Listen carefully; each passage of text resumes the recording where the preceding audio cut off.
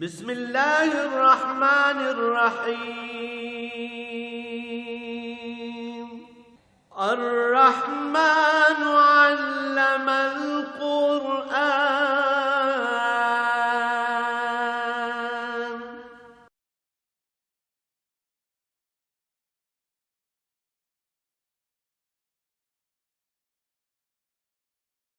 الحمد للہ رب العالمین والصلاة والسلام علی حبیبہ محمد وآلہ وصحبہ اجمعین. اعوذ باللہ من الشیطان الرجیم. بسم اللہ الرحمن الرحیم. وَلَقَدْ عَهِدْنَا إِلَىٰ آدَمَ مِن قَبْلُ فَنَسِيَ وَلَمْ نَجِدْ لَهُ عَزْمًا. وَإِذْ قُلْنَا لِلْمَلَائِكَةِ اسْجُدُوا لِآدَمَ فَسَجَدُوا إِلَّا إِبْلِيسَ أَبَىٰ فَقُلْنَا يَا آدَمُ إِنَّ هَٰذَا عَدُوٌّ لَكَ وَلِزَوْجِكَ فَلَا يُخْرِجَنَّكُمَا مِنَ الْجَنَّةِ فَتَشْقَىٰ إِنَّ لَكَ أَلَّا تَجُوعَ فِيهَا وَلَا تَعْرَىٰ وَأَنَّكَ لَا تَظْمَأُ فِيهَا وَلَا تَضْحَىٰ. اللهم سبحانك لا علم لنا إلا ما علمتنا إنك أنت العليم الحكيم. مولاي صل وسلم دائما أبدا على حبيبك خير الخلق كلهم.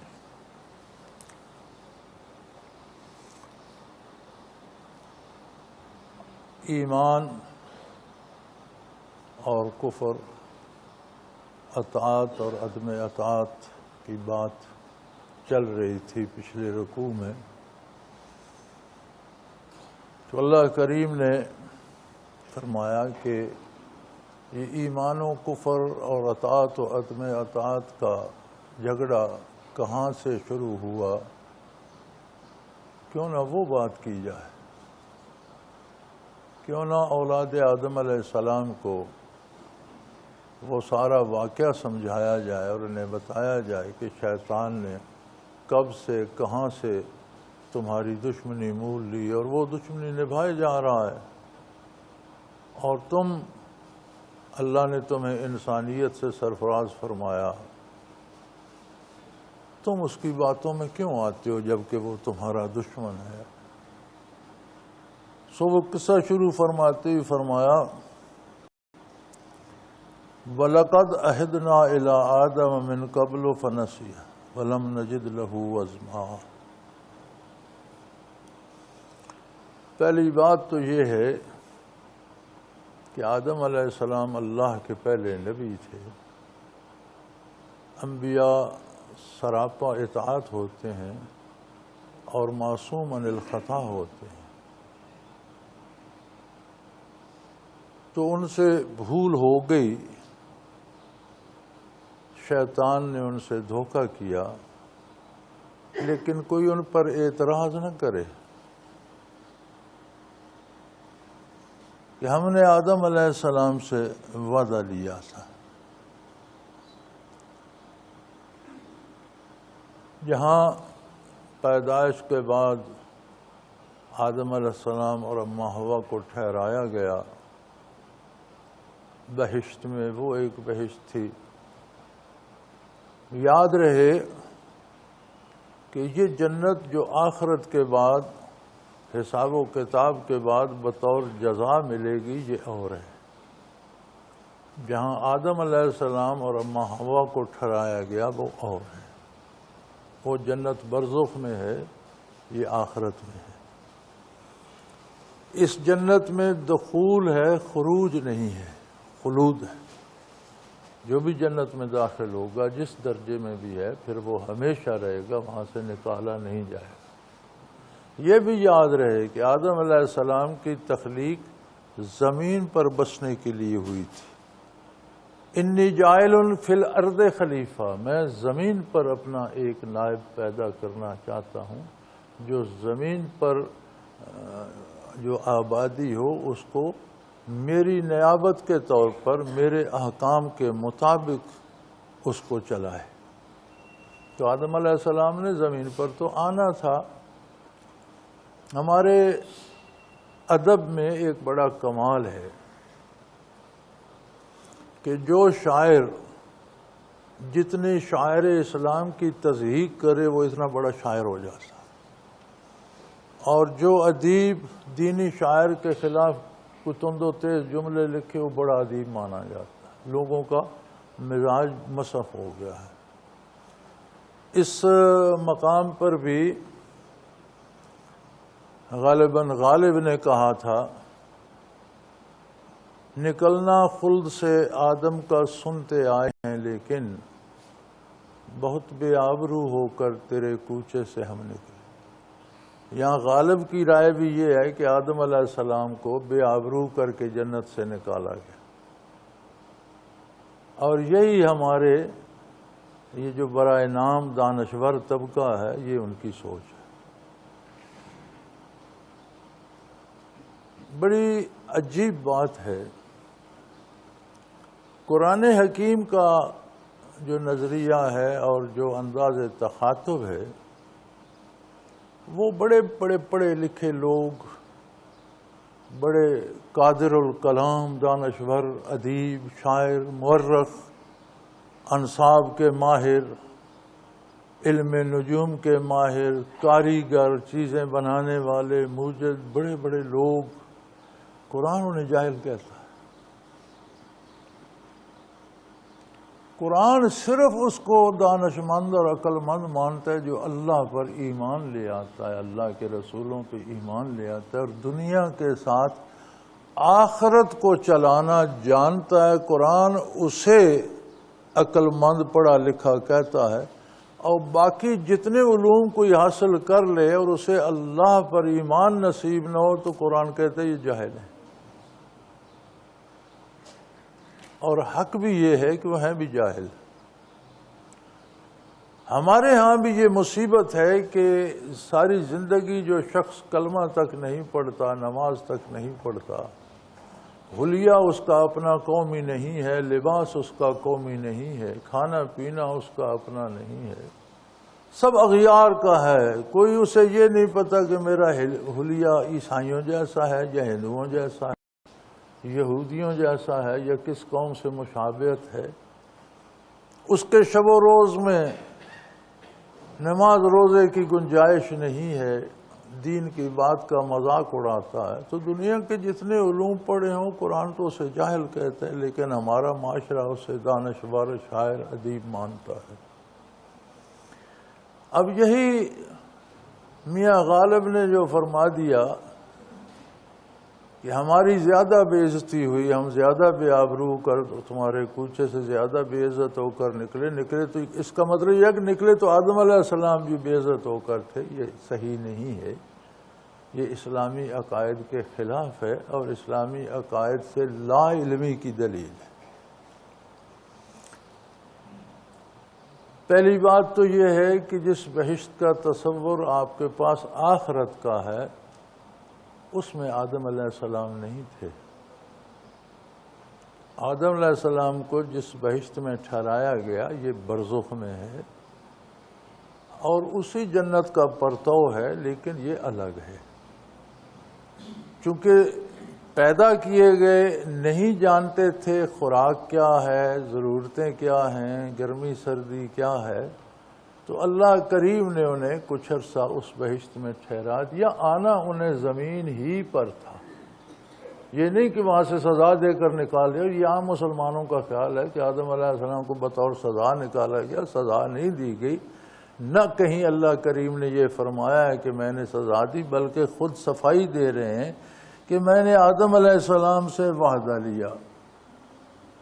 آدم علیہ السلام کا عہد کیا تھا؟ عظمت الہی سے آشنائی اور اللہ کی اطاعت۔ اس میں بھی اللہ کریم نے ایک آزمائش رکھ دی کہ اس میں یہ جو پھل ہے یہ آپ نہیں کھائیں۔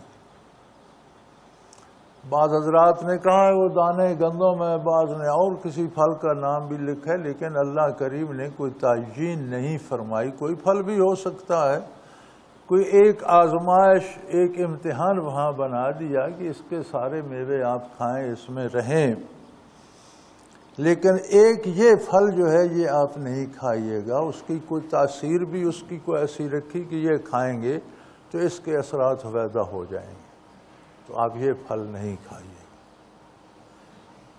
لیکن آدم علیہ السلام نے کھا لیا۔ یہ پہلی دشمنی تھی جو ابلیس نے آدم علیہ السلام کے ساتھ کی۔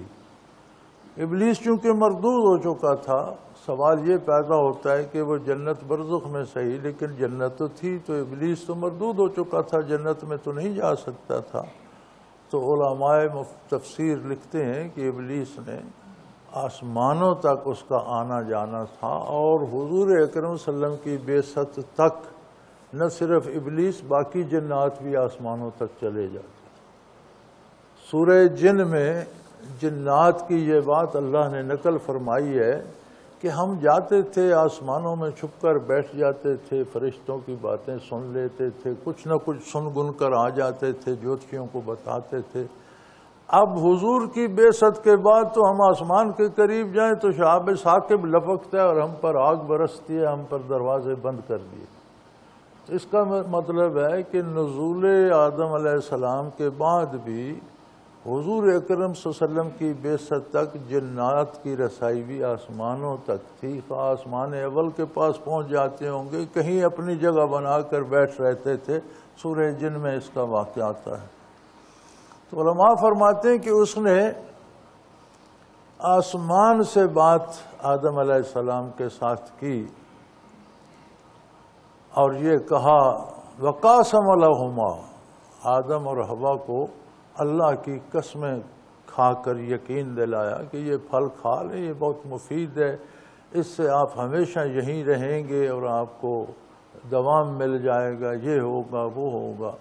اب آدم علیہ السلام جو اسی وقت تخلیق ہوئے، جن کا دل عظمت باری سے معمور تھا، ان کے پاس یہ تصور بھی نہیں تھا کہ کوئی جھوٹ پر بھی اللہ کی قسم کھائے گا۔ یہاں انہیں تجربہ ہوا کہ جو جھوٹ بولتا ہے پھر اس کی کوئی حد نہیں ہوتی، پھر وہ اللہ پر بھی جھوٹ بول سکتا ہے۔ یعنی جھوٹ ایسی مصیبت ہے کہ جب بندہ بندے پر بولتا ہے یا واقعات پر بولتا ہے تو پھر کوئی بعید نہیں کہ وہ اللہ کے نبی پر بھی بول دے، کوئی بعید نہیں کہ وہ اللہ پر بھی جھوٹ بول دے۔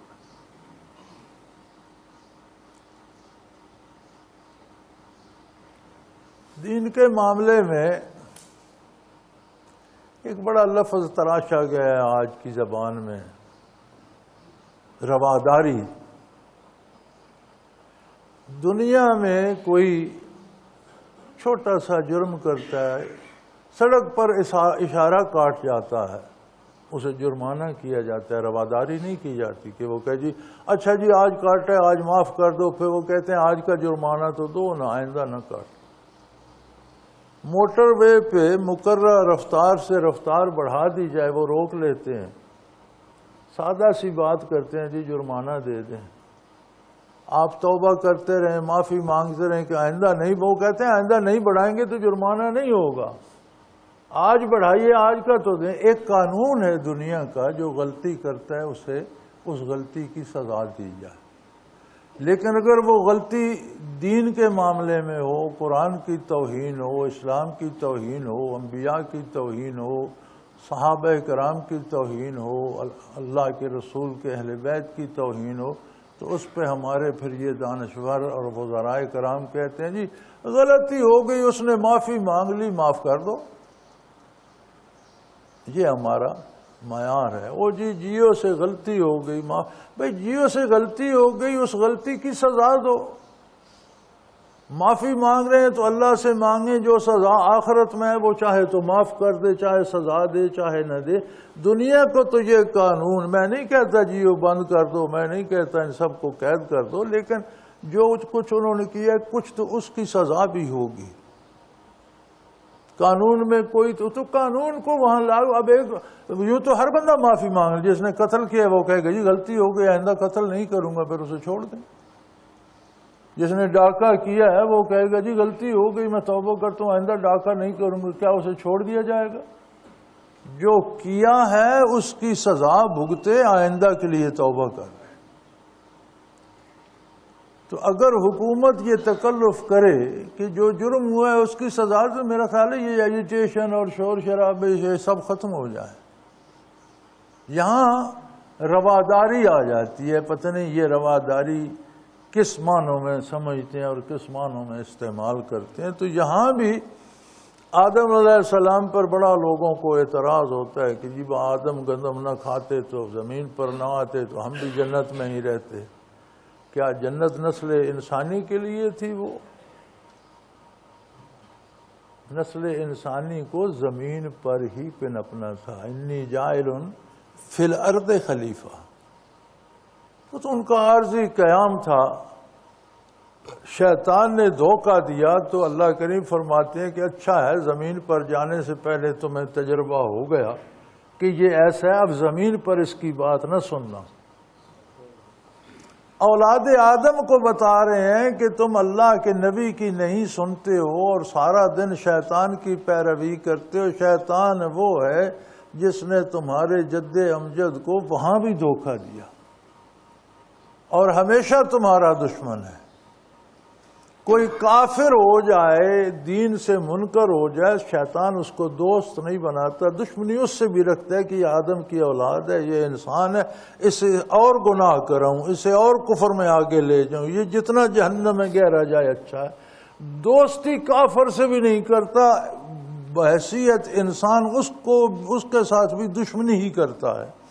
تو وہ قصہ اللہ کریم نے بیان فرمایا کہ تم بڑے آرام سے نبی صلی اللہ علیہ وسلم کی بات تمہیں دل نہیں لگتی، اور جو نبی صلی اللہ علیہ وسلم کی اطاعت نہیں کرتا وہ شیطان کی اطاعت کرتا ہے. دو ہی طاقتیں ہیں، یا دعوت اللہ ہے یا اللہ کی مخالفت کی دعوت ہے. اس کا مدعی شیطان ہے، اس کے مدعی انبیاء ہے. تو اگر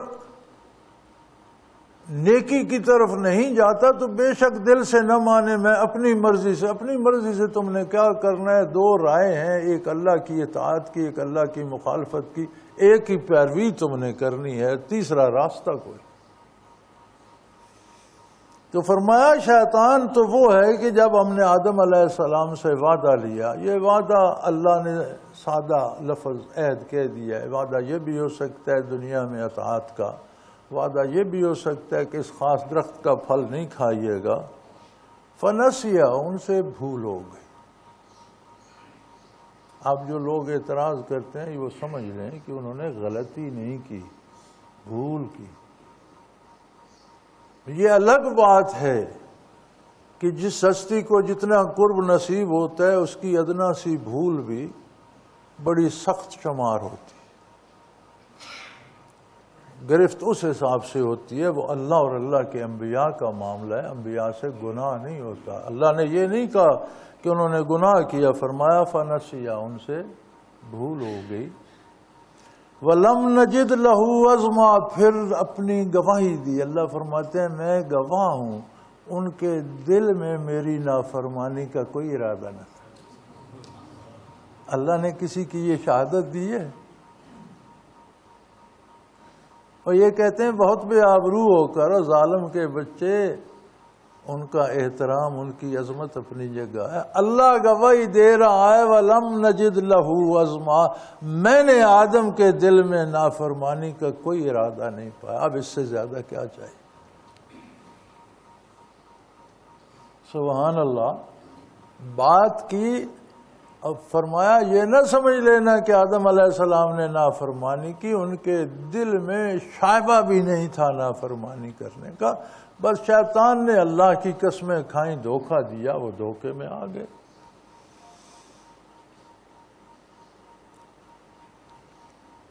تو بتا یہ رہے تھے اللہ کریم، یہ ارشاد فرما رہے تھے کہ یہ وہاں سے دشمن ہوا ہے تمہارا. یہ دشمنی کیسے ہوئی؟ فرمایا وَإِذْ قُلْنَا لِلْمَلَائِكَةِ اسْجُدُوا لِآدَمَ فَسَجَدُوا إِلَّا إِبْلِيسَ أَبَىٰ. فرمایا ابھی آدم علیہ السلام کا وجود تخلیق فرمایا گیا، پھر ان میں روح پھونکی گئی. اذ نفخت فیہ من روحی، جب میں اپنی روح میں سے ان میں پھونک دوں. اپنی روح اللہ نے اس لیے فرمایا کہ کل الروح من امر ربی، روح امر ربی عالم امر سے ہے. امر اللہ کی صفت ہے. اللہ کی جتنی صفات ہیں ان میں ایک صفت امر بھی ہے، اور امر کا ایک عالم ہے۔ دو عالم ہے دار دنیا میں، عالم تخلیق، عالم خلق۔ قرآن کریم فرماتا ہے وَلَهُ الْخَلْقُ وَالْأَمْرُ، خلق کا عالم بھی اسی کا ہے اور امر کا بھی اسی۔ جہاں عالم خلق کی انتہا ہوتی ہے وہاں سے عالم امر کی ابتدا ہو جاتی ہے۔ تو روح چونکہ عالم امر میں سے ہے، امر صفت باری ہے، اس لیے فرمایا میں اپنی روح میں سے جب اس میں پھونک دوں، یعنی میری صفت میں سے ہے روح۔ تو وَإِذْ قُلْنَا لِلْمَلَائِكَةِ اسْجُدُوا لِآدَمَ، جب ہم نے فرشتوں کو حکم دیا کہ آدم علیہ السلام کو سجدہ کرو۔ اب ابلیس کو دیکھو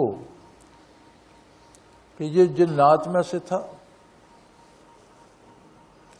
اس نے اتنی عبادت کی، اتنی ریاضت کی، اتنی روحانی ترقی کی کہ یہ ترقی کرتے کرتے اللہ نے اسے آسمانوں پر فرشتوں میں جگہ دے دی، اور فرشتوں کا حاکم بھی رہا، خاص خاص موقعوں پر خاص خاص فرشتوں کا۔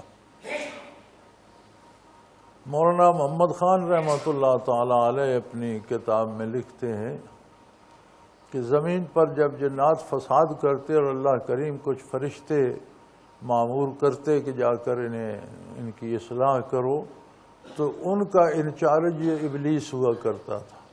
ایک شعر وہاں وہ نقل کرتے ہیں، زراہ تفاخر و فوج ملک، زراہ تفاخر و فوج ملک، گہے بر زمیں بود گہ بر فلک۔ بڑے فخر کے ساتھ فرشتوں کی فوج لیے ہوئے کبھی زمین پہ آتا تھا اور کبھی آسمان پہ جاتا تھا۔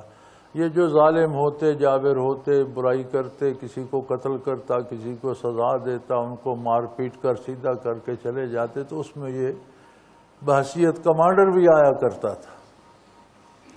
اور فرشتوں میں ایسی اسے جگہ مل گئی کہ اللہ کریم نے اس کا یہاں شمار ہی فرشتوں میں کیا ہے۔ اِذْ قُلْنَا لِلْمَلَائِكَةِ اسْجُدُوا لِآدَمَ، جب ہم نے فرشتوں کو دیا کہ حکم دیا کہ آدم علیہ السلام کو سجدہ کرو، تو گویا اسے وہ حکم شامل تھا۔ لیکن اللہ علیم و خبیر ہے۔ سورہ بقرہ میں جب یہی قصہ آدم علیہ السلام کا اور شیطان کا گزرا، تو وہاں اللہ کریم فرماتے ہیں کان من الکافر، یہ تھا ہی کافر، علم الہی میں تھا کہ یہ کافر ہے، بالآخر کفر پہ جائے گا۔ لیکن جتنی عبادت کرتا رہا اس کے لیے اسے مراقبات، ترقی درجات ملتی رہی۔ جب تک کفر کا اس سے صدور نہیں ہوا تب تک کفر کی سزا نہیں ملی۔ جب کفر کا صدور ہو گیا سب کچھ سلب ہو کر مردود ہو گیا۔ اس میں ان لوگوں کے لیے جواب ہے جن کا سوال اکثر میرے پاس آتا ہے کہ فلاں بندہ اتنا عرصہ فلاں شیخ کے ساتھ رہا، فلاں بندہ اتنے سال حضرت جی کے پاس رہا، پھر وہ کیوں چھوڑ گیا؟ شیطان کیوں مردود ہو گیا؟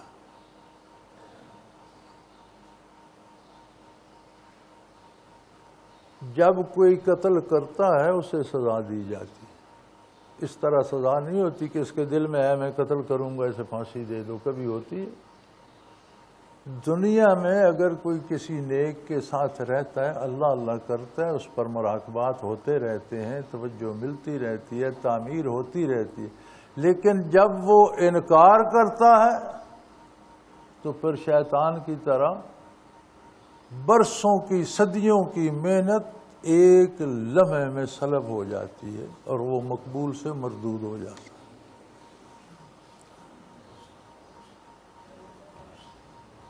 فرمایا جب ہم نے فرشتوں کو حکم دیا فسجدوا، فوراً فسجدوا، یہاں فے استعمال ہوئی ہے، فے سے مراد ہوتی ہے کہ انہوں نے اس میں کوئی تاخیر، کوئی حکم اور اس کی تعمیل میں کوئی فاصلہ نہیں ہے، فوراً تعمیل ارشاد کی، سجدوا، فوراً سجدے میں گر گئے، الا ابلیس، سوائے ابلیس کے، یہ بھی وہیں تھا، یہ سجدے میں نہیں گیا، کھڑا رہ گیا۔ ابا، نہ صرف یہ کہ سجدہ نہیں کیا، سجدہ کرنے سے انکار ہی کر دیا، میں نہیں کروں۔ یعنی نافرمانی کی انتہا تک پہنچ گیا کہ عملاً سجدہ کیا بھی نہیں اور یہ اظہار بھی کر دیا کہ میں سجدہ نہیں کروں گا. فسجدوا الا ابلیس، سب سجدے میں گر گئے سوائے شیطان کے. شیطان نے کیا کیا؟ ابا، اس نے انکار کر دیا، اس کا میں سجدہ نہیں کروں. سجدہ کیا بھی نہیں اور اس کا اعلان بھی کر دیا کہ میں نہیں کروں گا. تب ہم نے کہا تھا، اللہ کریم ہمیں سمجھا رہے ہیں، ہمیں بتا رہے ہیں کہ یہ تمہارا تب سے دشمن ہے. فَقُلْنَا يَا آدَمُ إِنَّ هَذَا عَدُوٌّ لَكَ، ہم نے اس وقت آدم علیہ السلام کو فرمایا کہ اے آدم، یہ تیرے لیے دشمن ہے، ہمیشہ تو اس سے دشمنی کرے. قرآن کریم میں آتا ہے نا کہ میدان حشر میں جب لوگوں کے فیصلے ہو جائیں گے اور لوگ سارے کافر بھی اور شیطان کے پجاری بھی اور جو عذاب میں سارے شیطان کو ملامت کر رہے ہوں گے، تو اللہ کریم سے اجازت طلب کرے گا کہ مجھے لوگوں سے بات کرنے کی اجازت دی جائے. تو علماء تفسیر لکھتے ہیں کہ آگ کا ممبر بنا دیا جائے گا کہ اوپر بیٹھ کر لو بات. تو وہ لوگوں سے کہے گا وَلَا تَلُومُونِي، مجھے ملامت نہ کرو، تم سارے یک زباں ہو کر مجھے ملامت کر رہے ہو، مت کرو ملامت مجھے. وَلُومُوا أَنفُسَكُمْ، یہ ساری ملامت اپنے آپ پر بھیجو. اللہ نے تم سے وعدے کیے، کتابیں بھیجی، انبیاء بھیجے اور سچے وعدے کیے اور تم نے اللہ کی بات نہیں مانی. میں نے تم سے جھوٹ بولا اور ڈٹ کر بولا اور تم نے میری بات مان لی، تو میں تو بولتا ہی جھوٹ تھا. مجھے ملامت کیوں کرتے ہو؟ اپنے آپ پر ملامت کرو. وَلَا تَلُومُوا وَلُومُوا أَنفُسَكُمْ، لا تلومونی ولوموا أنفسکم، مجھے ملامت نہ کرو، اپنے آپ پر ملامت کرو. تم وہ بدبخت ہو جنہوں نے اللہ کے نبی کی نہیں مانی، میری بات مانتے تو قابل نفرین تو تم ہو، چبڑ تو تم ہو کہ تم نے محمد الرسول اللہ صلی اللہ علیہ وسلم کی بات نہیں مانی اور ابلیس کی اور شیطان کی مانتے رہے. تم جیسا بھی کوئی ہے برا. اور اب چیخو یا چلاؤ، رہنا مجھے بھی دوزخ میں ہے، رہنا تمہیں بھی وہیں ہے. یہ چیخ پکار کوئی فائدہ نہیں دے گی. اللہ کریم فرماتے ہیں ہم نے اس وقت آدم علیہ السلام کو تلقین کی، ان ھذا عدو لک ولزوجک، یہ آپ کی اہلیہ کا دشمن ہے. اس وقت تو دونوں میاں بیوی تھے.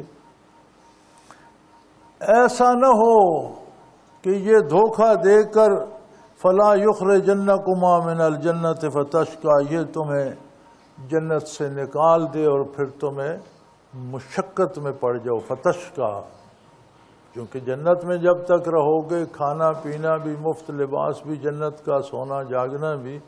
جب جنت سے زمین پر جاؤ گے تو پھر وہاں مشقت سے زندگی گزارنی ہوگی. فتشقی، زندگی محنت سے مشقت سے گزرے گی. یہ قانون ہے. یہ جن لوگوں کا خیال ہے نا یہ وظیفہ پڑھو تو روپے مسلح کے نیچے سے نکلتے آتے ہیں، یہ حرام ہوتے ہیں. اور یاد رکھو یہ شیاطین اور جنات دوسرے لوگوں کے چرا کر تمہارے مسلح کے نیچے رکھ جاتے ہیں. باقی لوگ روتے پھرتے ہوتے ہیں جی گھر میں پیسے رکھتے ہیں، ان میں سے چوری ہو جاتے ہیں. یہ چوری وہی کرتے ہیں جو مسلوں کے نیچے سے نکالتے ہیں. مسلوں کے نیچے کوئی کارخانہ تو نوٹوں کا نہیں لگا ہوا، جنات اور شیاطین دوسروں کو اٹھا کر رکھ جاتے ہیں. مفت کھانے کا کوئی تصور جنت سے باہر نہیں ہے. زندگی میں محنت کرنا یہ اصول ہے. اور اگر اللہ کے حکم کے مطابق دنیا کی محنت بھی کی جائے تو وہ عبادت شمار ہوتی ہے اور آخرت میں اس کا بھی اجر ملے. مزدوری کرتا ہے، ملازمت کرتا ہے، تجارت کرتا ہے یا کھیتی باڑی کرتا ہے، یہ 4 معروف ذرائع ہیں حصول رزق کے. 5واں کوئی ذریعہ ایسا نہیں جو حلال ہو. یہ 4 معروف ذرائع ہیں، کوئی 5واں ذریعہ ایسا نہیں جو حلال ہو. ان 4 میں ہے کھیتی باڑی کرے بہت خوبصورت ذریعہ ہے، مزدوری کرے بہت خوبصورت ذریعہ ہے، ملازمت کرے بہت ٹھیک ہے، تجارت کرے، کاروبار کرے درست ہے. یہ 4 معروف ذرائع ہیں، ان کے علاوہ جو یہ بینکوں میں پیسے بڑھتے رہتے ہیں یہ حرام ہے، سود ہے، اس کا نام مرافع رکھ لو یا کوئی اور رکھ لو۔ یہ 5ویں ذرائع جوئے سے پیسے آگے، لاٹری سے آگے، فلاں سے آگے، یہ سب حرام ہے۔ ان 4 ذرائع کے علاوہ 5واں کوئی طریقہ شرعی نہیں ہے۔ ان میں بھی پھر شریعت کا لحاظ رکھنا پڑتا ہے، جہاں ملازمت کرتا ہے جس چیز کے پیسے لیتا ہے وہ کام پورا کرے، جہاں مزدوری کرتا ہے جس چیز کی اجرت لیتا ہے وہ دیانتداری سے وہ کام پورا کرے۔ تو جو حلال کماتے ہیں ان کی مزدوری اور مشقت بھی عبادت اور فرض عبادت شمار ہوتی ہے، چونکہ روزی کمانا فرض ہے، تو روزی کمانے کے لیے جو محنت کی جاتی ہے، جس طرح نماز کے فرائض کا ثواب ہے، اسی طرح اس فرض کا بھی ثواب مومن کو ملتا ہے۔ تو ہم نے فرمایا آدم یہ آپ کا اور آپ کی بیوی کا، یعنی آپ کے خاندان کا، وہ قیامت تک جتنا بڑھتا چلا جائے یہ آپ کا دشمن ہے۔ ایسا نہ ہو کہ یہ تمہیں اس جنت میں سے نکلوا دے تو جنت سے نکل کر زندگی بامشقت ہو جائے گی، فتشقیٰ، پھر محنت کرنا پڑے گی۔ یہاں علماء حق فرماتے ہیں کہ آدم علیہ السلام سے فرما دیا اللہ کے جنت سے باہر نکلو گے تو روزی کمانے کے لیے مشقت کرنی پڑے گی۔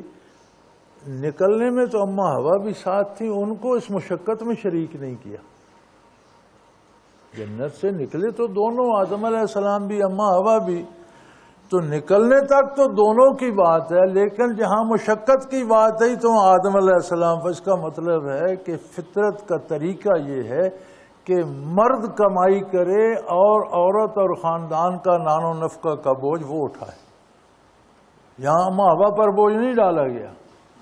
تو فطری اصول یہ ہے کہ جو مرد ہے اس کے ذمہ ہے گھر کے لیے کمانا، گھر چلانا، بچے پالنا، گھر کو سنبھالنا، یہ عورت کی ذمہ داری ہے۔ باہر نکلنا، میدان میں جانا، کاروبار کرنا، کاشتکاری کرنا، محنت کرنا، مزدوری کرنا، ملازمت کرنا، کما کر لانا ذمہ داری مرد کی ہے۔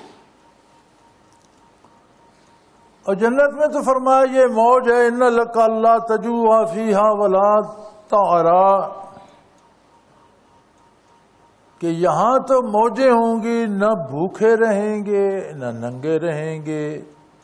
انک لا تظمأ فیہا ولا تضحا، یہاں آپ کو نہ پیاس لگے گی اور نہ کوئی گرمی سردی محسوس ہوگی، موسم بھی خوشگوار ہوں گے، کھانا اور پینا بھی مفت ہوگا، رہائش بھی مفت ہوگی۔ تو فرماتے ہیں کہ یہ جو نان و نفقہ خاوند پر ہے اس میں 4 چیزیں ہیں: رہائش، مکان، کھانا پینا اور گرم و سرد سے تحفظ، گرم و سرد زمانہ سے حفاظت۔ یہ 4 چیزیں ہیں جو مرد کے ذمے ہیں کہ بیوی بچوں کی حفاظت بھی کرے، ان کے کھانے پینے کا اہتمام بھی کرے، انہیں رہائش بھی دے۔ کھانا پینا، لباس اور رہائش، یہ نان و نفقہ کی تفصیل ہے۔ یہ کہتے ہیں مرد کے ذمہ نان و نفقہ ہے، اس کی تفصیل قرآن نے ان 4 چیزوں سے کی ہے: رہائش اور کھانا پینا، رہائش، لباس اور کھانا پینا۔ تو یہاں تو یہ سارا موج ہے، مفت ہے، کھانا فری ہے، پینا فری ہے، لباس فری ہے، گرمی سردی کوئی نہیں، پیاس کوئی نہیں، پانی بھی وافر ہے، ساری نعمتیں بے شمار ہیں۔ لیکن فوسوس الیہ الشیطان، شیطان نے انہیں وسوسہ ڈالا، دھوکہ دیا۔ اب ایک بہت سے سوال میرے پاس یہ بھی آتے ہیں کہ یہ مجھے وساوس آتے ہیں، اور یہ ایسا سوال ہے جو اکثر آتا ہے۔ اب اگر برزخ کی جنت صحیح، لیکن جنت میں رہتے ہوئے آدم علیہ السلام کو وسوسہ ڈال سکتا ہے شیطان، تو ہم کس کھیت کی مولی ہیں؟ اللہ کریم نے بطفیل نبی کریم صلی اللہ علیہ وسلم اس امت پر یہ آسانی فرمائی ہے کہ وسوسہ آنا گناہ نہیں ہے، اس وسوسے کو سوچنے لگ جانا گناہ ہے۔ وسوسہ لانا گناہ ہے، یعنی خود سوچ کر وسوسہ پیدا کرنا یہ گناہ ہے۔ وسوسہ لانا گناہ ہے، از خود وسوسے کا آنا گناہ نہیں، بلکہ شرعی قاعدہ یہ ہے کہ وسوسہ آئے تو اسے رد کرو، اس کی طرف دھیان نہ دو۔ بعض علماء کرام نے لکھا ہے کہ کم از کم اگر نماز میں وسوسہ آتا ہے تو یار نماز کے معنی یاد کر لو، اور جب نماز پڑھ رہے ہوتے ہو تو جو لفظ ادا کرتے ہو اس کے معنی پہ غور کرتے جاؤ، تو انسان کا دماغ دو طرف نہیں سوچتا، ادھر مصروف ہو جائے گا، وسوسے کو نہیں سوچے گا۔ یہ علاج بتایا ہے علماء کرام نے، کیونکہ یہ اکثر سوال آتا ہے جی مجھے وسوسے بہت آتے ہیں، آدم علیہ السلام کو جنت میں آ گیا، آپ کو مجھے زمین پر آتے ہیں تو ہم ہیں کس کھیت کی مولی؟ اس کا علاج یہ ہے کہ اس وسوسے کو سوچنا شروع نہ کرو، اسے رد کرو۔ تو ایک حدیث ہے حضور اکرم صلی اللہ علیہ وسلم کی جس کا مفہوم ہے کہ وسوسہ آئے تو اسے رد کرنے والے کو جہاد کا ثواب ملتا ہے، جیسا وہ شمشیر بکف میدان میں راہ اللہ میں جہاد کر رہا ہوں، اسی طرح وسوسہ رد کرنے کا ثواب ملتا ہے۔ تو اس کا واحد علاج بھی ہے کہ اسے سوچنا شروع نہ کر دیں، اسے رد کریں، سوچ دوسری طرف لے جائیں۔ انسانی دماغ ایک وقت میں دو باتیں نہیں سوچ سکتا، یہ انسانی فطرت ہے۔ آپ نماز کے ترجمے کی طرف اسے لے جائیں گے تو اسے وسوسہ بھول جائے گا، لیکن تو کرتا کوئی نہیں نا جی۔ نماز کی سے اصلاح کوئی نہیں کرتا کہ کسی مولوی سے، عالم سے، قاری سے الفاظ کی اصلاح کر لوں، جو ماؤں دادیوں نے بچپن میں یاد کرائے ہوتے ہیں صحیح یا غلط، اسی پہ عمر گزر جاتی ہے۔ اصلاح الفاظ کی کوئی نہیں کرتا، معنی کون یاد کرے گا؟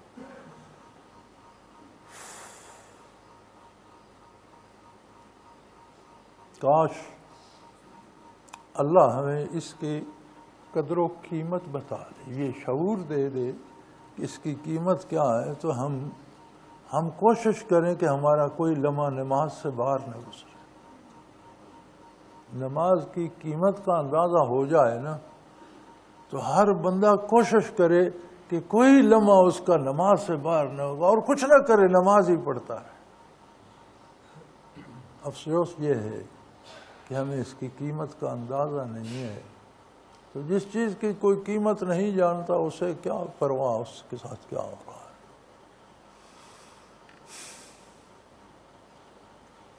شیطان نے وسوسہ ڈالا، اور وسوسہ کیا تھا؟ کہنے لگا یا آدم هل ادلک علی شجرۃ الخلد و ملک لا یبلی، اے آدم میں آپ کو ایسا درخت بتاؤں جس کا پھل کھانے سے آپ ہمیشہ ہمیشہ یہیں رہیں، اور یہ بادشاہی جو آپ کو جنت میں نصیب ہے ہمیشہ یہی موج میلہ لگا رہے اور آپ کو دوام مل جائے۔ قرآن کریم میں دوسری جگہ آتا ہے وَقَاسَمَ لَهُمَا، ان کے لیے اللہ کی قسمیں بھی کھائیں۔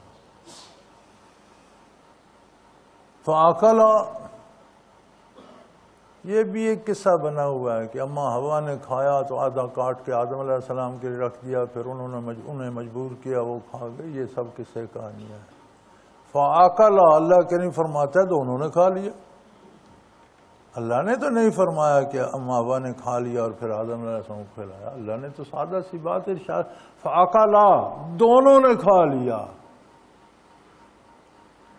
اب یہ جو ارشاد فرمایا باری تعالیٰ نے، اس لفظ کا معنی یہ ہے کہ بیک وقت دونوں نے کھا لیا۔ جیسے کھاتے گئے اس کی خاصیت یہ تھی کہ وہ اعضاء و جوارح اور اسباب و علل دنیا کے پیدا کرتے۔ جو جنت قیامت کے بعد ہوگی اس میں کوئی ایسا درخت نہیں ہے، اس میں کوئی امتحان نہیں ہے، وہ صرف جزا ہے، وہاں کوئی آزمائش نہیں ہے، کوئی ابتلا نہیں ہے۔ یہ جنت برزخ میں ہے۔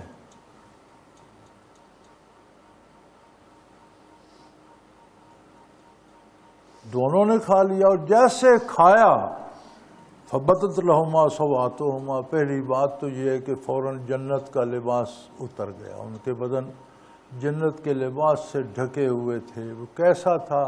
بعض حضرات نے یہ بھی لکھا ہے کہ یہ جو ہمارے ناخن ہے یہ اس لباس کی نشانی رہ گئی ہے، سارا وجود اس طرح کا سنہری تھا اور پردہ تھا۔ تو بعض حضرات نے یہ لکھا ہے کہ یہ جو ناخن ہے انسانی یہ اس لباس کی نشانی رہ گئی کہ انسان کا سارا وجود اس طرح سے تھا۔ تو جب وہ پھل کھایا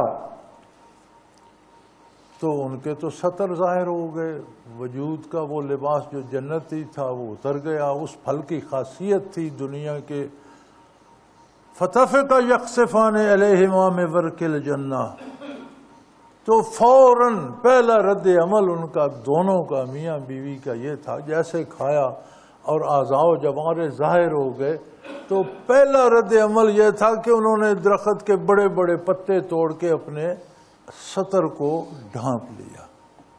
یعنی یہ مزاج انسانی ہے، وہاں کوئی شرعی حکم نہیں تھا۔ ابھی آدم علیہ السلام نبی مبعوث نہیں ہوئے تھے، زمین پر مخلوق نہیں تھی۔ فطرت انسانی یہ ہے کہ سطر کو ڈھانپ کے رکھے۔ تہذیب مغرب نے اوریانی کہاں سے لی؟ یہ ان سے پوچھو، وہ کہتے ہیں یار یہ سارے جانور جیسے پیدا ہوتے ہیں ویسے ہی نہیں ہیں، تو ہم کیوں کپڑے پہنے، ہم بھی جیسا پیدا ہوئے ہیں ویسے ہی رہیں گے۔ یہ جس تہذیب کی دنیا دیوانی ہو رہی ہے یہ انہوں نے کتوں بلوں سے سیکھی ہے، خنزیروں سے حاصل کی ہے، جانوروں سے سیکھی ہے۔ انسانی فطرت میں ستر عورت ہے۔ کوئی شریعت نہیں تھی اس وقت، کوئی مکلف نہیں تھے، کوئی کتاب نازل نہیں ہوئی تھی، نبی مبعوث نہیں ہوئے تھے۔ جیسے سطر کھلے تو فوراً دونوں نے چوڑے چوڑے پتے لے کر سطر ڈھانپ لیے۔ یہ فطرت انسانی ہے۔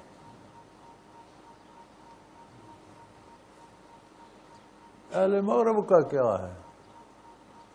میں ریسلنگ دیکھتا رہتا ہوں کبھی کبھی، ہے تو کتوں کی لڑائی کی طرح، لیکن اور پروگرام زیادہ ولگر ہوتے ہیں تو چلو تھوڑی دیر وہ دیکھ لی۔ تو اس میں بڑے بڑے ان کے ریسلر آتے ہیں، بڑے خوبصورت نام ہیں۔ بتستا دا اینیمل، یعنی خود کو جانور کہلانے پہ فخر محسوس۔ ایک اور آتا ہے جنک یارڈ ڈاگ، اس نے گلے میں پٹا پہن کے سنگل بھی ڈالا ہوا ہوتا ہے۔ جنک یارڈ کو پنجابی میں اروڑی کہتے ہیں، اے گندگی دے ڈھیر ہونے، اروڑی دا کتا، جنک یارڈ ڈاگ۔ ایک اور ریسلر آتا ہے بڑا معروف برطانیہ کا، روڈ ڈاگ، سڑک دا کتا۔ برٹش بل ڈاگ ایک ریسلر ہے، برطانیہ دا بولی کتا۔ جن اقوام کو اپنے آپ کو کتا کہلانے پہ فخر ہے، اور کتا بھی اروڑی کا کتا، ان کے پیچھے مسلمان چلنا چاہتے ہیں۔ یہ ذلت کی بھی حد ہو گئی۔ اور پھر ان جیسا بن کے اور بڑا پٹاشا ٹاٹائی شائی لگا کے اس طرح فخر کرتے ہیں کہ ہم بڑے بندے ہیں۔ جاؤ یار، کیا خاک بڑے ہو۔ کافروں کے پیچھے چلنے والا کبھی بڑا ہوتا ہے، بڑا بڑوں کے پیچھے چل کر ہوتا ہے۔ جو اپنے آپ کو اروڑی کا، غلاظت کا کتا کہہ کر فخر محسوس کرتے ہیں، تم ان جیسا بننا چاہتے ہیں۔ فرماتے ہیں اللہ کریم کہ فوری رد عمل یہ تھا، دونوں نے کھا تو لیا، اب اس کی خاصیت یہ تھی کہ جنت کا لباس اتر گیا، اعضاء و جوارح ستر عورت کھل گیا۔ تو پہلا فطری رد عمل یہ تھا فَتَفِقَ يَخْصِفَانِ عَلَيْهِمَا مِنْ وَرْقِ الْجَنَّةِ، جنت کے درختوں کے بڑے بڑے پتے لے کر سب سے پہلے انہوں نے اپنا سطر ڈھانکا۔ وَعَصَىٰ آدَمَ رَبُّهُ فَغَوَىٰ، آدم علیہ السلام سے اللہ کے حکم کے خلاف صادر ہو گیا۔ صفائی پہلے دے چکے ہیں کہ لم نجد لہ عزما، ان میں نے ارادہ نہیں پایا، شیطان نے وسوسہ کیا، انہوں نے احتیاط نہیں کی، اس کی بات سن لی، اس پر دھوکہ ہو گیا۔ تو مفسرین کرام لکھتے ہیں کہ فَعَصَىٰ آدَمَ رَبُّهُ، یہ صرف اللہ کہہ سکتے ہیں، آدم علیہ السلام، ہم نہیں کہہ سکتے۔ قرآن کی آیت کر کے ہم تلاوت کر سکتے ہیں، لیکن اگر کوئی کہے آدم علیہ السلام آسی سے تو یہ کہنا حرام ہوگا۔ موسیٰ علیہ السلام کو کہا شعیب علیہ السلام کی بیٹی نے ان خیر من استاجرت قوی الامین کہ انہیں اجیر رکھ لیں، یہ بڑے طاقتور اور جو پہلے آپ نے ملازم رکھے ہیں ان سے مضبوط اور دیانتدار بھی ہیں، امین بھی ہیں۔ اب وہاں سے فائل بنا کر موسیٰ علیہ السلام کو اجیر کہنا حرام ہے۔ اللہ کہے وہ کہہ سکتا ہے، اس کا اپنا نبی ہے، بندہ نہیں کہہ سکتا۔ اسی طرح لا الہ الا انت سبحانک انی کنت من الظالمین، یونس علیہ السلام نے خود فرمایا اللہ تیرے سوا معبود کوئی نہیں، میں بڑا ظالموں میں سے ہوں۔ قرآن کی آیت آپ پڑھیں گے تو ثواب ہوگا، لیکن یونس علیہ السلام کو کوئی ظالم کہے گا تو یہ کہنا حرام ہوگا اور وہ گناہ کا مرتکب۔ معاملہ اللہ اور اس کے نبی کے درمیان ہے، جو اللہ کریم فرما سکتے ہیں وہ ان کی شان کے لائق ہے، وہ ان کا محبوب ہے، وہ جانے، ہم وہ نہیں کہہ سکتے کیونکہ ہم اللہ نہیں ہیں۔ اپنی حیثیت پہچاننی چاہیے، اور جب انبیاء کی بارگاہ کی بات ہو تو اس کا لحاظ رکھنا چاہیے۔ تو فرمایا آدم علیہ السلام سے غلطی ہو گئی اور وہ غلطی میں پڑ گئے فغوا۔ اب یہاں میں نے احتیاط کی ہے ترجمے میں نے جو ترجمہ کیا اس میں الحمدللہ میں نے کیا نہیں، میں نے بزرگوں کے ترجمے دیکھ کر ان کو جمع کیا، تو میں نے یہاں یہ تبدیلی کر دی ہے کہ پروردگار کے حکم کے خلاف کیا اور غلطی میں پڑ گئے۔ بعض نے لکھ دیا ہے نافرمانی کی اللہ کی اور گمراہ ہو گئے، یہ ترجمے درست نہیں، ایسا نہیں کہنا چاہیے، یہ کہنا صحیح نہیں ہے۔ پھر اگلی آیت میں ہے ثم اجتباہ ربہ فتاب علیہ، اللہ کریم نے انہیں قبول کر لیا، منتخب کر لیا، فتاب علیہ، اور ان پر پوری رحمت اور پوری توجہ مبذول کر دی۔ اب کیا کہیں گے بھائی؟ اگر خدا نخواستہ اگر غلطی کی تو اللہ کے حکم کے معاملے میں کی، سمجھنے میں کی، عمل میں کی، تو اللہ کہہ رہا میں نے تو انہیں سینے سے لگا لیا، پھر آپ کو کیا؟ معترض کو کیا؟ بات کرنے سے پہلے رب جلیل نے صفائی دی، وَلَمْ نَجُدْ لَهُ عَزْمًا، میں نے ان کے دل میں گناہ کا ارادہ نہیں پایا۔ اللہ کریم نے اتنی احتیاط فرمائی کہ آدم علیہ السلام سے جو کوتاہی ہوئی اس کو بیان کرنے سے پہلے ان کی صفائی دی کہ ان کے دل میں اس کے کرنے کا ارادہ نہیں تھا۔ تو پھر بندے کو اعتراض کرنے کی، بندے کی کیا حیثیت ہے، وہ کیوں اعتراض کرے ان باتوں پر؟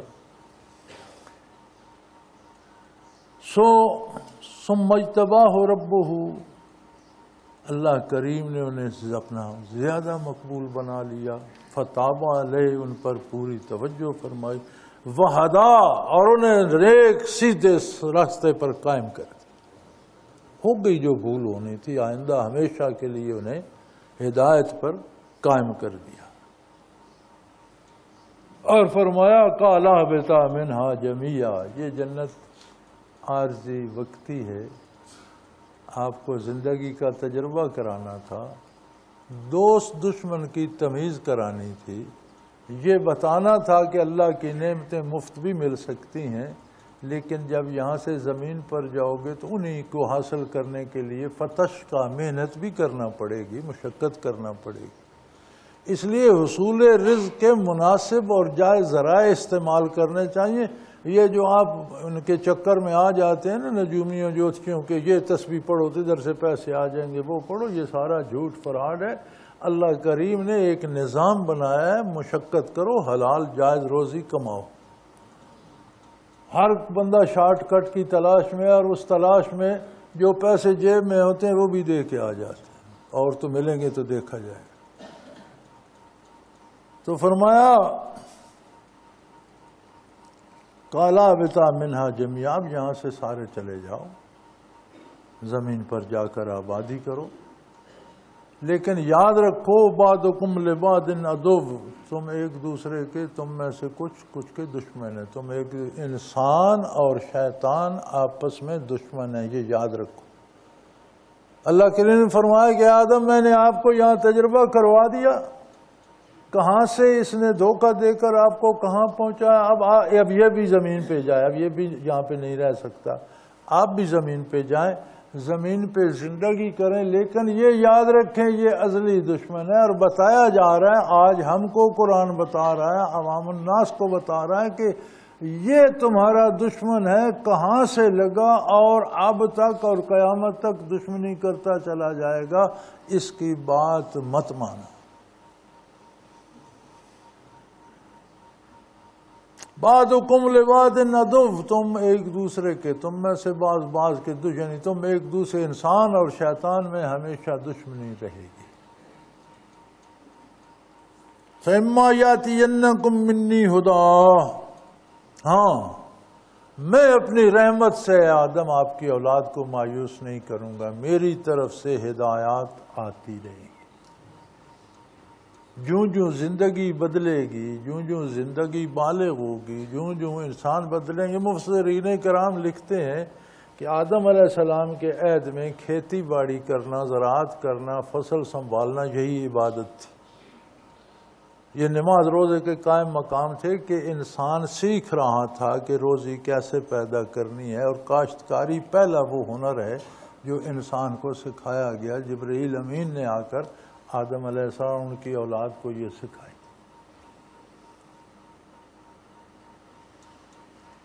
تو پھر جوں انسانیت بالغ ہوتی گئی، لباس بدلتے گئے، معاشرت بڑھتی گئی، افراد بڑھتے گئے، معاملات بڑھتے گئے، کاروبار شروع ہوئے، تجارتیں ہوئیں، آپس کے معاملات بنے، ایک دوسرے کے کام لوگ آنے لگے، تو انسانیت بلوغت کی طرف چلتی رہی۔ جتنی بلوغت انسانیت میں تھی اس معیار کے مطابق اللہ کی ہدایات لے کر اس کے نبی تشریف لاتے۔ جب انسانیت بالغ ہو گئی اس وقت اللہ کا وہ نبی تشریف لایا صلی اللہ علیہ وسلم، جس کے بعد نہ انسانیت اس بلوغت سے آگے جا سکتی ہے اور نہ اسے نئے نبی کی ضرورت ہے۔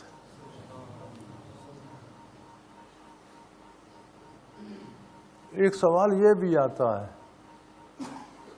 اگلے دن، کل یا پرسوں مجھے یاد نہیں، کل یا پرسوں مجھے یہ سوال پوچھا گیا کہ نبی علیہ الصلوۃ والسلام کو اللہ نے امام الانبیاء بنانا تھا تو پھر آخر میں کیوں مبعوث کیا، شروع میں کیوں نہیں کیا؟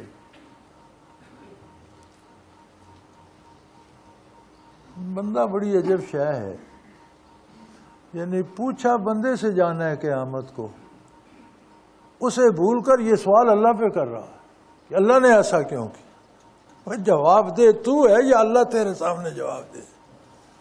میں نے کہا میرے بھائی ایک حدیث شریف ہے نبی کریم صلی اللہ علیہ وسلم کی، مشکات شریف میں ہے کہ حضور فرماتے ہیں کہ نبوت ایک بہت خوبصورت عمارت ہو اگر، اور کوئی اسے دیکھنے آئے اور اس پوری عمارت کے گرد گھومے اور چکر لگائے، اس کی بلندی، اس کی چمک دمک، اس کی دیواروں، دروازوں، کھڑکیوں کا حسن، ساری دیوارت دیکھ کر مسحور ہو، تو اسے ایک جگہ نظر آئے گا کہ یہاں ایک بہت بڑا پتھر ہونا چاہیے تھا، تو دیوار میں یہ جگہ خالی ہے، یہاں ایک سل ہونی چاہیے تھی، یہ خانہ خالی ہے دیوار کا۔ پھر حضور فرماتے ہیں انا تلک اللبنہ، وہ پتھر یا وہ اینٹ یا وہ سل میں ہوں۔ جب میں مبعوث ہو گیا تو وہ جو خلا تھا نبوت کی عمارت میں وہ مکمل ہو گیا۔ اب ہم اسے ختم نبوت کہتے ہیں تو اس سے مغالطہ لگتا ہے، اگر کہا جائے نا تکمیل نبوت تو غلط فہمی دور ہو جائے، نبوت مکمل ہو گئی، اب اس میں کسی نئے نبی کی گنجائش نہیں۔ تو حضور نے کتنی خوبصورت مثال دی ہے صلی اللہ علیہ وسلم۔ تو یہ تک میں نے کہا بھائی تکمیل کا آخری پتھر بیٹا آخر میں لگا کرتا ہے. کبھی کسی نے کہا کہ یہ گھر بنایا تو یہ پتھر آخر میں لگایا، یہ پہلے لگا دیا ہوتا اس جگہ تو پھر عمارت بنتی رہتی. یہ سمجھ آ گیا جی. میں نے کہا سمجھ تو اس وقت آئے گی جب اللہ پوچھے گا، ابھی تو تم پوچھ رہے ہو، ابھی تو اللہ کو جواب دہ ہونا پڑ رہا ہے. تم سوال کا جب وہ پوچھے گا سمجھ تب آئے گی. تو یہ فضول سوال نہیں سوچنے ہی چاہیے. میں اس لیے عرض کر رہا ہوں کہ جو جواب ہمیں دینے اس کی تیاری رکھنی چاہیے. فرمایا میں آپ کی اولاد کو چھوڑ نہیں دوں گا.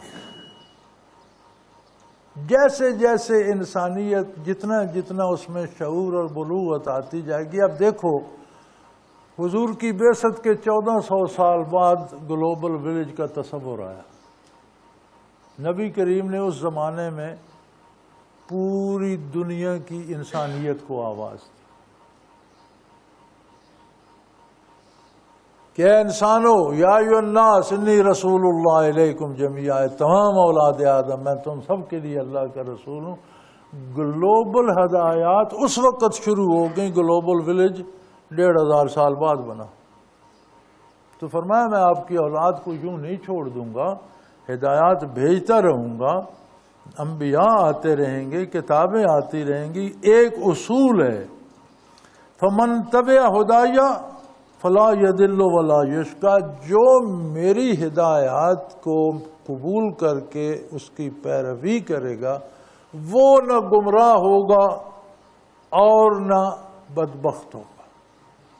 یعنی یہ ضمانت دے دی کہ یہاں تو شیطان نے دھوکہ دے لیا، لیکن جب زمین پر ہوگی آپ کی اولاد اور ان کے پاس میری ہدایات آئیں گی تو جو میرے احکام کی پیروی کرے گا اسے شیطان گمراہ نہیں کر سکے گا، نہ دھوکہ دے سکے گا. یہ تو بڑی ضمانت مل گئی.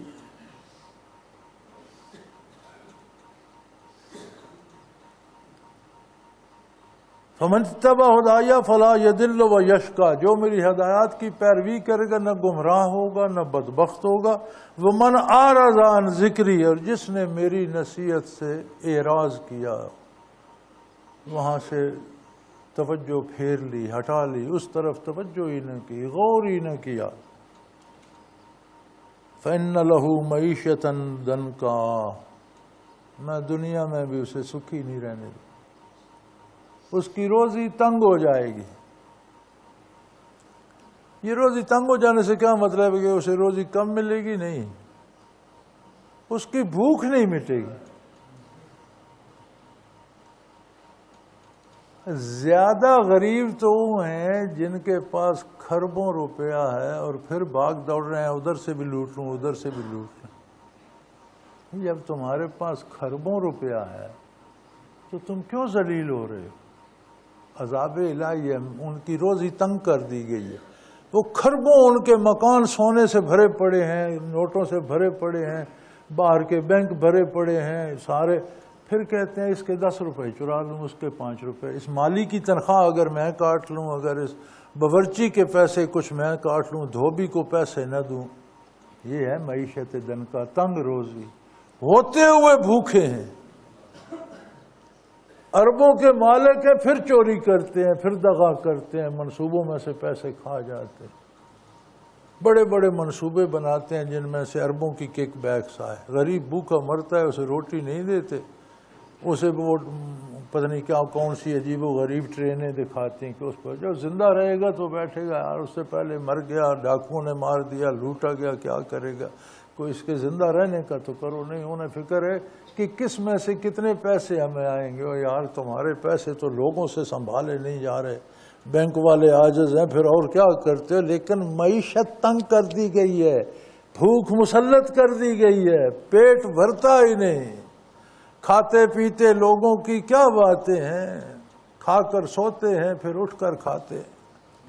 بھوک ہی نہیں مٹتی، سارا دن کھا کھا کھا کھا کے پھر ویسے کے ویسے، پھر بھوکے کے بھوک. دولت جمع کر کر کر کر کے مکان سونے اور نوٹوں سے بھرے پڑے ہیں، بینک بھرے پڑے ہیں، پھر بھوکے کے بھوکے اس کا لوٹ لوں اس کا لوٹ لوں۔ یہ خدائی عذاب ہے۔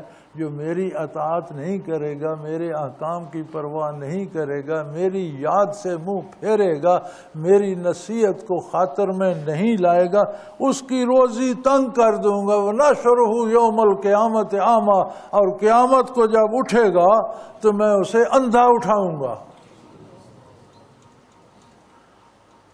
وقت نے ہمارا ساتھ چھوڑ دیا، انشاءاللہ باقی اگلے جمعے تاخیر ہوگی۔ آخر دعوانا ان الحمدللہ رب العالمین۔ اللہ اللہ اللہ اللہ اللہ اللہ اللہ اللہ۔ حضرت امیر محمد اکرم آوان مد ذلہ العالی دارالعرفان منارہ ضلع چکوال میں سالہ سال سے قرآن و حدیث کے اوپر خطابات کر رہے ہیں اور سلسلہ نقشبندیہ اویسیہ کے مطابق لوگوں کو ذکر الہی کی تربیت دے رہے ہیں۔ وہ قرآن پاک کی تفسیر ترتیب وار بیان کر رہے ہیں۔ تفسیر قرآن کو وہ موجودہ ملکی اور بین الاقوامی حالات کے مطابق بیان کرتے ہیں۔ موٹر وے سے کلر کہار کے انٹرچینج سے نکلتے ہوئے، کلر کہار کی جھیل سے ہوتے ہوئے، میانی، بوچھال اور نور پور سے گزرتے ہوئے دارالعرفان منارہ پہنچ سکتے ہیں۔ حضرت امیر محمد اکرم آوان نے بچیوں اور بچوں کی دینی اور دنیاوی تعلیم کے لیے سقارہ اکیڈمی کے نام سے ایک درسگاہ بھی قائم کی ہے، جس کا افتتاح ملک پاکستان کے صدر جنرل محمد ضیاء الحق نے اپنے دست مبارک سے کیا تھا۔ وہ تمام احباب جو اسلام کی طلب رکھتے ہیں ان سے گزارش ہے کہ دارالعرفان منارہ ضلع چکوال میں امیر محمد اکرم آوان صاحب کے خطابات سے مستفید ہوں۔ وہ ہر جمعے کو نماز سے پہلے بیان فرماتے ہیں۔ ہر ماہ کی پہلی اتوار کو ماہانہ اجتماع ہوتا ہے جس میں آپ خصوصی خطاب فرماتے ہیں اور پاکستان کے چاروں صوبوں سے احباب اس اجتماع میں شرکت کرتے ہیں۔